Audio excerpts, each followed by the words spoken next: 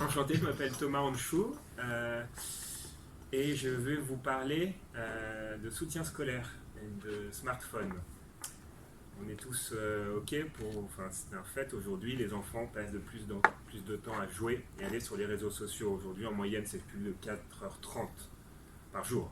C'est énorme, sachant qu'une visite au Louvre, par exemple, c'est 5 heures. J'ai moi-même été un grand joueur, j'ai beaucoup joué, beaucoup d'internet, Pierre aussi, beaucoup joué. Qu'est-ce qu'il y a eu quand les enfants passent trop de temps sur les smartphones et aller sur les réseaux sociaux et les jeux vidéo? Baisse du niveau scolaire, hausse du conflit au sein des familles. De là est né Kipoya. Kipoya est une application mobile que vous installez sur le smartphone de votre enfant. Kipoya va limiter les jeux vidéo et les réseaux sociaux et il va envoyer une série d'exercices adaptés au niveau scolaire de l'enfant. Et la réussite de ces exercices est la clé de déverrouillage de l'appareil. Quelques minutes par jour, quelques jours par semaine. Voilà. L'idée est née il y a 3 ans. Oui, c'est vrai que c'est vicieux. Et Pierre, le cofondateur, va enchaîner.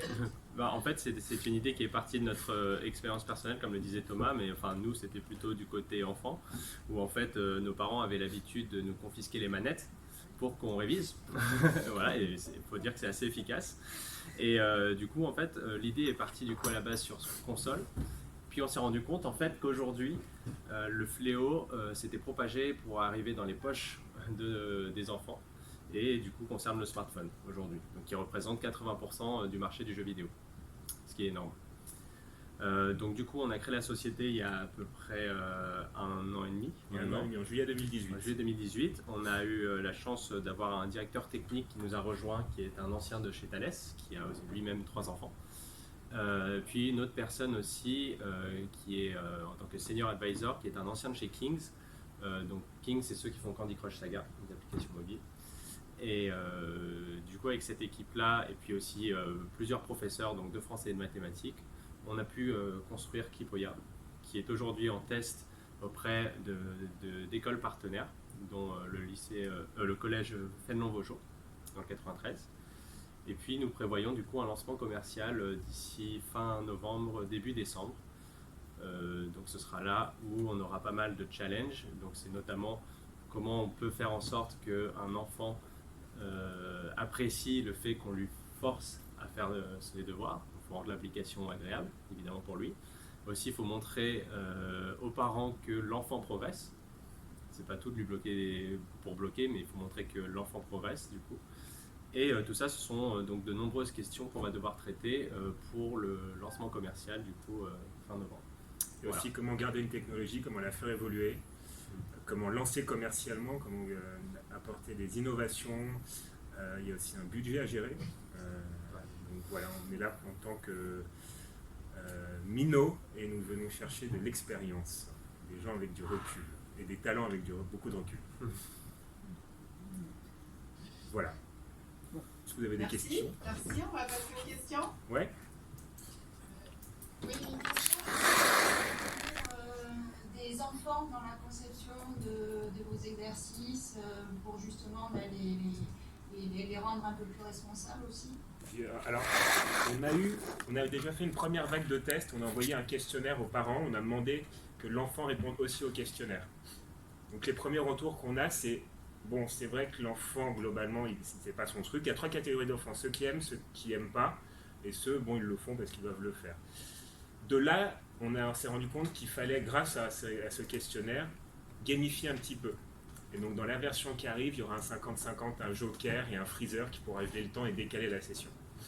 Mais petit à petit, on redonnera un questionnaire pour remettre l'enfant, récolter les réponses des enfants pour continuer à faire évoluer. Et ça, on le fera régulièrement. Parce qu'en fait, ce qu'on a tiré du premier questionnaire, c'était que du côté parents, ils étaient pleinement satisfaits de l'application. Ravis parce que ça remplissait son devoir. Par contre, du côté enfant, on a eu des mots assez durs parce que c'est évidemment un peu plus difficile à recevoir de leur part. Donc, du coup, là, la deuxième version est beaucoup plus axée sur l'enfant, où lui-même a pas mal de liberté sur, par exemple, décaler de 10 minutes. Enfin voilà, pas mal de jokers. On essaye vraiment de tourner l'application en mode jeu. Il peut faire évoluer un personnage. Enfin, ça va assez loin. Du coup, il va continuer à jouer.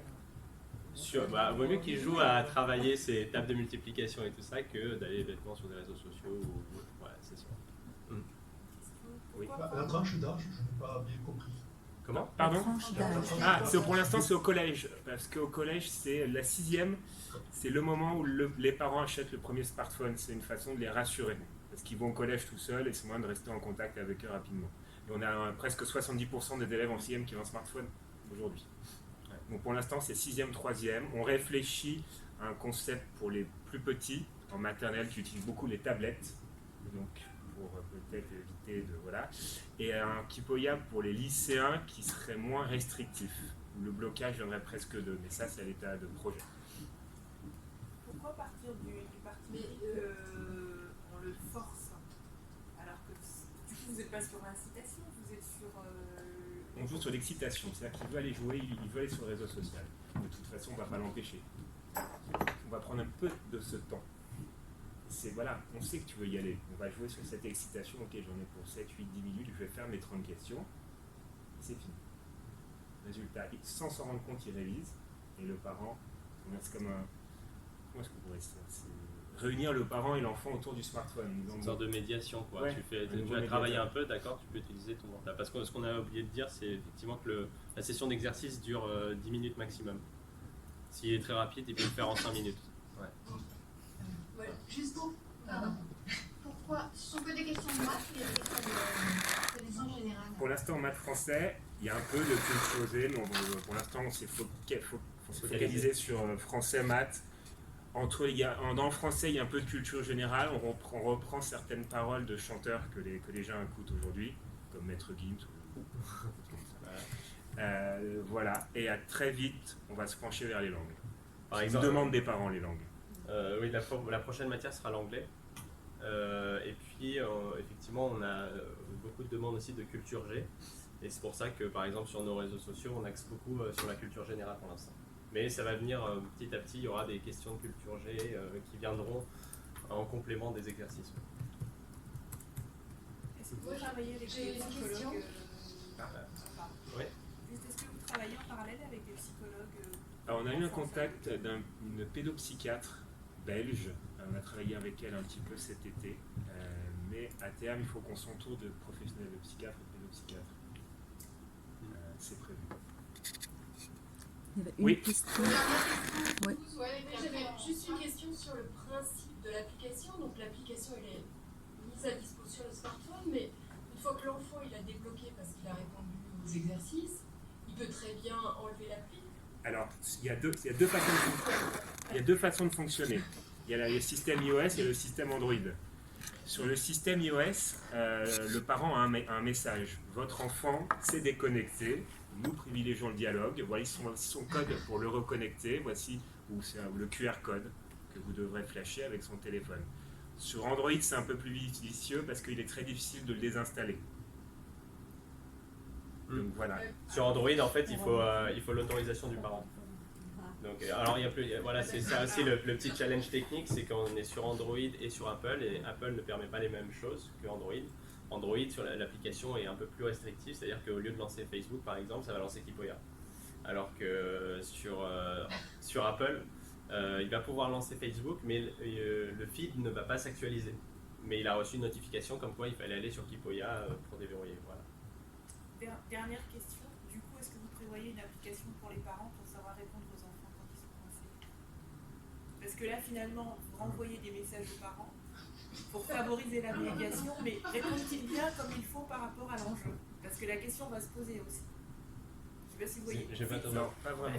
Finalement, vous mettez les parents dans une posture différente, Ouais. d'accord? Pour favoriser justement le retrait des réseaux en partant du principe que le socle de base, c'est qu'il y a quand même un téléphone. Mais du coup, au fur et à mesure de l'expérimentation avec les jeunes, la posture des parents aussi doit évoluer en fonction de ce qui se passe. Est-ce qu'eux-mêmes vont avoir des conseils par rapport à ça? C'est l'étape suivante. Une forme de cours sur l'utilisation. Comment se mettre en relation convenablement pour ne pas rester dans le conflit perpétuel? Bien sûr. Ouais, En fait, c'est un peu ce qu'on a essayé de faire parce que, à la base, les conflits pour cette négociation sur si je peux jouer sur la tablette et tout ça, ils existaient déjà. Et du coup, c'était souvent conflictuel, tout le temps des négociations. Et en fait, on a essayé d'automatiser ça. Donc, d'un côté, on essaye en fait de soulager le parent de ce côté où ça y est, j'ai plus besoin de à chaque fois lutter avec lui. On a remarqué que dans les questionnaires, effectivement, les parents recevaient bien ce concept-là en disant que c'est simple. Moi, j'ai dit à mon enfant que pour aller sur ses réseaux sociaux, il fait son Kipoya. Donc, ils ont instauré ça maintenant dans leurs règles de famille. Et du coup, on trouve ça très positif. Mais ajouter, pourquoi pas, ajouter un code de bonne conduite pour le parent. Ouais, pour le parent, effectivement, on pourrait. C'est pour ça qu'on est là, pour échanger les idées. Et pourquoi pas, hein. Faire en sorte que ça... Les bonnes idées sont bonnes à prendre. Il est 15h01. Là. Alors, il y a Une dernière question. Ce sera la dernière, puis vous répondez assez vite. Oui, une dernière question. Est-ce qu'on peut imaginer à terme que si la gamification est suffisamment bien faite, elle pourrait justement se substituer complètement à l'aspect verrouillage du smartphone, parce que Complètement. de toute façon on a suffisamment envie d'aller faire ces exos de manière ludique pour ne pas se lui intéresser. Alors en fait c'est complètement l'objectif parce que évidemment nous on est des anciens gamers aussi on va dire et on part aussi on s'inspire beaucoup de ce qui se fait dans le jeu vidéo et il y a toute cette notion de niveau et de personnages qui évoluent et effectivement de trophées qui sont difficiles à gagner, tout ça. Donc on travaille avec un illustrateur qui est à la base un artiste peintre mais qui est très très bon en illustration, qui crée vraiment des espèces de mascottes qui ont un vrai cachet et du coup ce seront un peu des personnages à déverrouiller comme par exemple là notre logo c'est un renard et s'il est très bon en mathématiques il peut déverrouiller le skin Einstein, donc le renard sera grémé en Einstein. Ou pareil, il y a le skin Athéna, plus tard le skin professeur, enfin voilà, c'est plusieurs avatars comme ça qui pourront se montrer entre eux. Et donc ce serait le rêve, évidemment, qu'on puisse substituer cette fonction de blocage pour purement un jeu pédagogique. Voilà. C'était la conclusion. Ce rêve éveillé là, des parents. Merci pour votre accueil. Merci. Merci beaucoup. Au revoir. Merci.